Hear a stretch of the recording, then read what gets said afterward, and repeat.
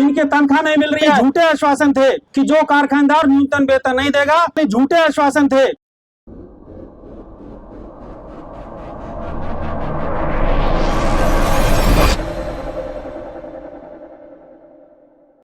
पूरे देश के अंदर देश के मजदूरों का विरोध प्रदर्शन हो रहा है। केंद्र सरकार की नीति बताएं तो मोदी सरकार जब आए थे तो मोदी सरकार ने बड़े बड़े आश्वासन दिए थे कि देश का विकास होगा, 2 करोड़ लोग को हर साल नौकरी मिलेगी। लेकिन साथियों, मोदी सरकार के झूठे आश्वासन के कारण अब जो चुनाव हुआ तो मोदी को लंगड़ा कर दिया आम पब्लिक और आप लोगों ने।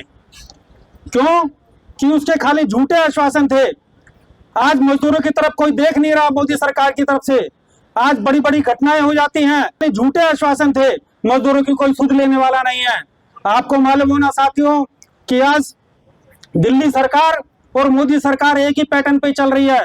दिल्ली सरकार ने कहा था कि आज जो दिल्ली के जो आज 17,492 रुपए न्यूनतम वेतन है, 18 के अंदर जब गोपाल राय लेबर मिनिस्टर थे तो यहाँ पे इस हाल के अंदर यहाँ तय हुआ था कि जो कारखानेदार न्यूनतम वेतन नहीं देगा उसे 6 महीने की सजा और 50,000 रुपए जुर्माना लगाया जाएगा। हम दिल्ली सरकार से पूछना चाहते हैं कि उस कानून का क्या हुआ? और इन्होंने एक मालिकों से और उद्योगपतियों से पैसा वसूलने के लिए, आपको शायद मालूम हो जो फैक्ट्री में काम करने वाले हैं, कि दिल्ली सरकार के जो विभाग के मंत्री और दिल्ली प्रशासन के अधिकारी, कोई ऐसी कंपनी नहीं होगी, कोई ऐसा होटल नहीं होगा जहां पर इन्होंने वीडियो बनाया और वीडियो बनाकर मजदूरों का स्टेटमेंट लिया कि आपको क्या तनख्वाह मिल रही है, आपका रिकॉर्ड में नाम है या नहीं है। लेकिन वो खाली पैसा उगाई के कारण था। दिल्ली सरकार ने वो पैसा उगाई करके अपने तिजोरियां दबा के भर ली। साथियों, दिल्ली सरकार और आज हमारे यहाँ पे उपराज्यपाल बैठे हुए हैं, दिल्ली सरकार का हाल बताना चाहते हैं कि हमारी यहाँ पे बीच में आशा किरण वर्कर है, आशा होम, 3 होम है वहाँ पे दिल्ली के अंदर, आशा किरण होम, आशा दीप होम और आशा ज्योति होम।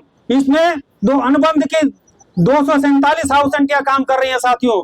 और ये 247 हाउस आंटी का काम क्या है कि ये मनोबद्धू बच्चे होते हैं, उनकी देखभाल करती हैं। ये अपने बच्चों को छोड़कर यहाँ पर आके उनकी देखभाल करती हैं। लेकिन अब बड़ा अफसोस की बात है साथियों कि पिछले 6 महीने से इनके तनख्वाह नहीं मिल रही है। पीछे हमने एलजी साहब से जाके मिले थे, एलजी साहब ने कहा हमने फाइल भेज दिया है। फाइल भेजते हैं तो वहां पर नो ऑब्जेक्शन लगा के फिर वापस आ जाती है।